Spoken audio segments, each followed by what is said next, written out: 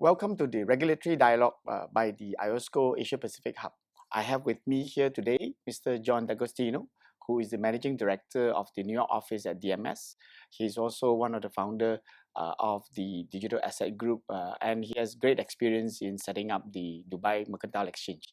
We're greatly honored to have you with us here today. Thank you so much for having me. So today we will try to explore some new domain of areas, specifically on the artificial intelligence as well as machine learning. And maybe later on, if we have time, we're going to talk a bit about crypto markets and cryptocurrency. Great. Right. Maybe I will start with the first topic on artificial intelligence. There are a lot of hypes and talks about the whole how the AI as well as machine learning will take over the world, and the whole Skynet moment that may dawn upon us. Perhaps if you could share with us, what are the applications that you can see from AI as well as machine learning relevant to the financial market or capital markets of the world? Sure, thank you. So certainly in the last few years at least, the artificial intelligence has gained a lot of steam, and that's because of both rapid increases in computing power, as well as advancements in the science behind it, and then also the prevalence of large data sets, large and robust data sets that allow for the prediction mechanisms to become very, very accurate. And if you can predict something with a higher degree of accuracy, it's from the outside looking in, very similar to being able to predict the future. And so we're certainly seeing increased applications in financial markets. The concept of algorithmic trading is not new, but artificial intelligence is now taking that basic concept and making it far more robust and far more scalable. So whereas a traditional algorithmic trading firm would require a significant number of human bodies, PhDs, data technicians, this new emerging artificial intelligence-driven trading firm can do all of that with far less people at far greater scale. Are you saying that the whole AI or machine now is taking over the human being doing similar job, or we're talking about more looking into the future, So, crystal ball kind of approach? I don't think it's very far off, but I don't think it's going to be a complete takeover of human jobs. I think, as with anything else, the simpler jobs, the simpler trading strategies, the more predictable trading strategies, that will quickly be overtaken by artificial intelligence mechanisms, and no different from any other industry. So tax preparation, the preparation of simple personal taxes, will very quickly be a function that can be completed by an artificial intelligence machine. However, there will always be, or at least in the short to medium term, there will be more difficult applications of that function, so more difficult taxes, corporate taxes, complex trading strategies that will require a human intervention and monitoring for the short to medium term. What's going to happen in the long-term crystal ball future, much smarter people than I have trouble predicting that, so we'll see. But in the short term, I think you'll see a little bit of disruption. You'll see more applications of artificial intelligence, helping analysts cover far more stocks. So for example, a typical analyst can cover anywhere from, say, 5 to 16 stocks. Whereas with artificial intelligence supplementing their ability, that number can go up by multiples. So what you're saying is in the short to medium term, a lot of this repetitive knowledge processing work will be able to be automated or done in some ways by the machines and taking some of the human labor out of the equation. But while at the same time, there's still some other areas that human labor or human talent is still required. Absolutely. I think it will augment human behavior at the higher, more complex end, and it will start to replace it at the lower end. All right. So, I mean, 10, 15, 20 years from now, would it be that, I can be my own fund managers who can, invest without fund managers, brokers, and be able to do exactly that? Again, I don't want to look out 15 or 20 years, who knows, but I think in the short term, I think and we're already seeing this, the robo-advisors for simple applications. If you have a simple investment thesis and you want to execute it, I don't think we're very far off from you being able to do that through an AI engine.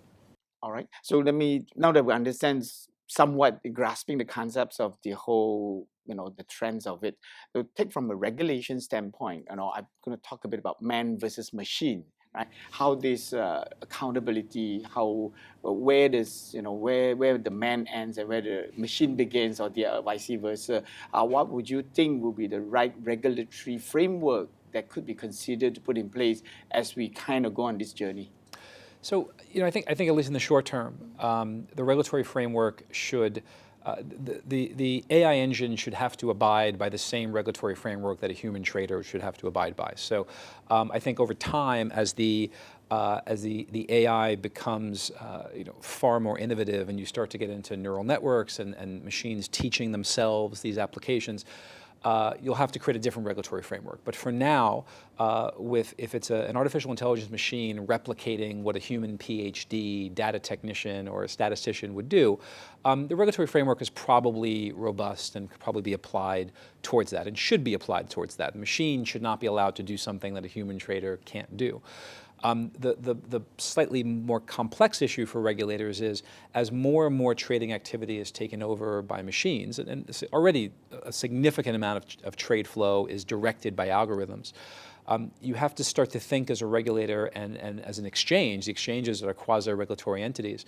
To what degree are they responsible for monitoring whether too much of that activity is correlated, and therefore can contribute to significant price movements up or down? So if everybody's doing the same thing, that's not a broad and deep market. So that's a more touchy area, because that's more about making sure you have a fair and orderly market than it is making sure that certain rules are followed. So I do think as more and more trade flow is directed by algorithm and by artificial intelligence engines, the exchanges and the regulators will have to step back and say, are we doing everything we can to ensure a fair and orderly market exists? Well, just going deeper into in terms of, especially on accountability, right? I mean, if you look at, we always frequently talk about, the need to understand exactly what happened. Take an example, like, in the case of Google, where they have the AlphaGo, where Mr. Lee Sedol won the game of Go. Yeah. Now, one may argue that the designer of that systems, he, if we were to play the game of chess or game with Mr. Lee, he would not have won. So it's the machine who has actually learned over time. So now one may argue that that is the machine that wins over the man. Now, in the case of execution and trading strategies, would the machine be accountable for those transactions, those trades, those investment decisions? So who is accountable now? It's a great question. I mean, who is accountable if an autonomous car runs into a human being? So these are almost civil or criminal issues that will have to be resolved over time. I think for the time being, we're not at a place yet where you have a fully, as the term is, decentralized autonomous organization, where an organization that's not owned by any corporate entity or human entity. I don't think we're there yet. We will have to deal with that problem at some point down the road, but I think for the foreseeable future, you'll have a provenance of ownership that's fairly traditional. So there'll be an algorithm that's owned by an investment advisor, and that investment advisor will be a registered entity, and that registered entity will have to abide by those rules. And if the algorithm breaks those rules, that registered entity and those people will have to be held accountable for that. So I think what you're posing is a very, very interesting question. I think it's probably a decade or two away from us having to think about it, but it's not bad to start thinking about these things now, because as we all know, the technology tends to creep up faster than we expect, and you don't want to be caught behind that technology as it begins to become implemented. All right. Let me just close it off with one final question. So what do you think about the current regulatory regime or framework that you've seen across the world and who you come across? Would that be sufficient today? Do you think we need to tinker further with the regulatory framework or rules or regulations? I think I'd like to see more coordination internationally, because these machines are going to start thinking and coordinating internationally. They'll be trading across the book, if you will, across the time zones.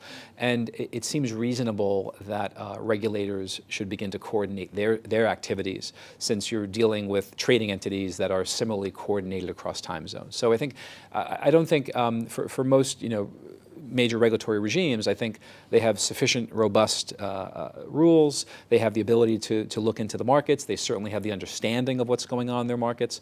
But I would like to see more coordination across global regulatory entities to attack that problem. All right, all right. Just side questions, those probably will be my final questions. I guess I saw on your credentials you are a founder of the Digital Asset Group. So with all the hypes about crypto, currencies and all, would you mind sharing with us your views? I mean, we have now seen some coming down on prices the last few days and weeks. What is your view with regards to this particular domain? And do you think the current regulatory framework against sufficiently address what we have today, or would that stifle innovations? What do you think? I think that's a more difficult conversation because I think so. There's two ways of looking at digital assets. I don't like calling them cryptocurrencies because they're really not.